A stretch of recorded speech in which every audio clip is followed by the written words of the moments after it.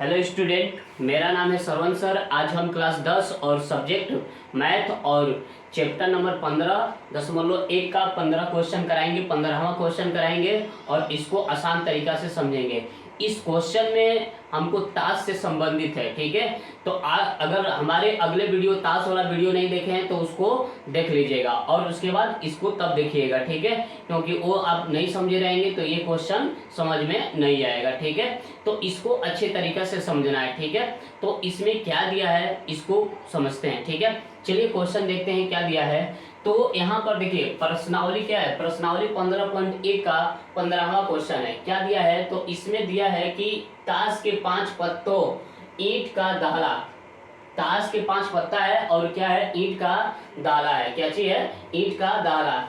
ईंट का दाला हो गया, गुलाम हो गया, बेगम हो गया, बादशाह हो गया और क्या हो गया, इक्का हो गया, ठीक है। को पलट कर, ठीक है, पलट करके अच्छी प्रकार फेंटी जाती है। पलट करके मतलब पलटा कर उसको अच्छी तरह से फेंटी जाती है। फिर इनमें से यादृच्छिया, क्या यादृच्छिया एक पत्ता निकाला जाता है। अब इसकी क्या प्रायिकता है, इसकी क्या प्रायिकता है कि यह पत्ता बेगम है, ठीक है। इसकी क्या प्रायिकता है कि जो पत्ता निकाला गया है उसकी क्या है, बेगम है। फिर उसके बाद दूसरा का क्वेश्चन क्या दिया है कि यदि बेगम निकल आती है तो उसे अलग रख दिया जाता है। यदि बेगम निकल आती है तो उसको क्या किया जाता है, अलग रख दिया जाता है और एक अन्य पत्ता निकाला जाता है। और इसकी क्या बात की प्रायिकता है, इसकी क्या प्रायिकता है कि दूसरा निकाला गया पत्ता एक इक्का होगा या एक बेगम होगा। इस चीज को अच्छे तरीके से समझेंगे। एक बार और अच्छे से क्वेश्चन सब पढ़ते हैं, फिर उसके बाद आगे सॉल्व करेंगे। देखिए ताश के 5 पत्तों कहने का मतलब कि ईंट का क्या है, दाला है, गुलाम है, बेगम है, बादशाह है और क्या है, इक्का है, ठीक है। को पलट कर अच्छी प्रकार फेंटा जाता है, ठीक है। अच्छी प्रकार क्या किया जाता है, फेंटा जाता है। फिर इसमें से यादृच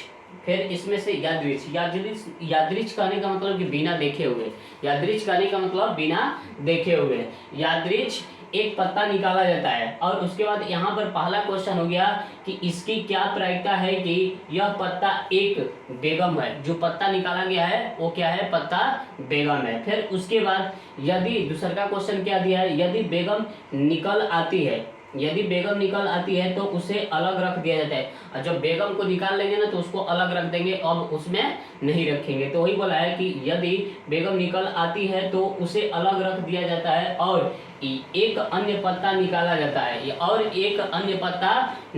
है। इसकी क्या प्रायिकता है कि दूसरा निकाला गया पत्ता, पहला क्वेश्चन क्या होगा, एक इक्का होगा या दूसरा का क्वेश्चन बी वाला क्या होगा, एक बेगम होगा, ठीक है। चलिए इसको हम समझते हैं, ठीक है। तो यहाँ पर लिखेंगे दिया है, इस क्वेश्चन में लिखेंगे कि दिया है, क्या दिया है, दिया क्या है। तो यहाँ पर लिखेंगे कि इसमें कुल पत्तों की संख्या कितनी है। तो ईंट का कुल पत्तों की संख्या कितना है, 1 2 3 4 5 है, ठीक है। तो यहाँ लिखेंगे कुल पत्तों की संख्या, कुल पत्तों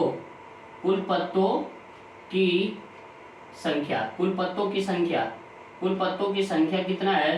तो कुल पत्तों की संख्या 5 है, ठीक है। कुल पत्तों की संख्या कितना है, 5 है, ठीक। अब यहाँ पर कुल पत्तों की संख्या 5 हो गया। तो अब यहाँ पर पहला क्वेश्चन सोल्व करेंगे। तो अब देखिए प्रायिकता बराबर अगर सूत्र हम लगाते हैं तो यहाँ पर लिखेंगे सूत्र से, क्या लिखेंगे, सूत्र से, ठीक है। सूत्र से प्रायिकता Pe बराबर होता है, Pe बराबर होगा Ne बटा में क्या होगा, NS होगा, बटा में क्या होगा, NS होगा। यही सूत्र पर हमारा बनेगा, ठीक है। तो इसमें कुल घटना कितना हो गया, कुल पत्तों की संख्या कितना हो गया, 5। अब बोला है कि उसकी क्या प्रायिकता है, पहला क्वेश्चन बोला है कि उसकी क्या प्रायिकता है, इसकी क्या प्रायिकता है कि यह पत्ता बेगम है, ठीक है। तो बेगम का हमको निकालना है। तो बेगम इसमें कब है, तो इसमें बेगम की अगर हम बात करें तो देखो बेगम इसमें एक है, ठीक है। तो 1 बटा में कितना होगा, 5। तो उसकी क्या प्रायिकता है, जो बेगम होगा, ठीक है। बेगम का प्रायिकता निकालेंगे तो कितना होगा, 1 बटा कितना हो जाएगा, 5।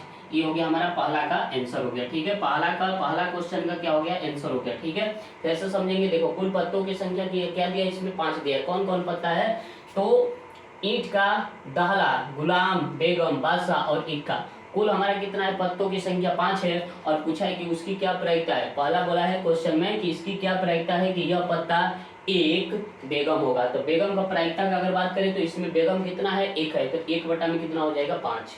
ठीक है।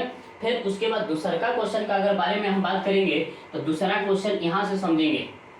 दूसरा क्वेश्चन क्या दिया है, यदि बेगम निकाल आती है तो उसे अलग रख दिया जाता है। जब इसमें से एक बेगम हम निकाल देते हैं तो अब उसमें नहीं रखेंगे, तो इसमें अब कुल पत्तों की संख्या क्या होगा, पुनः लिखेंगे, पुनः इसमें कुल पत्तों की संख्या का अगर बात करें, कुल पत्तों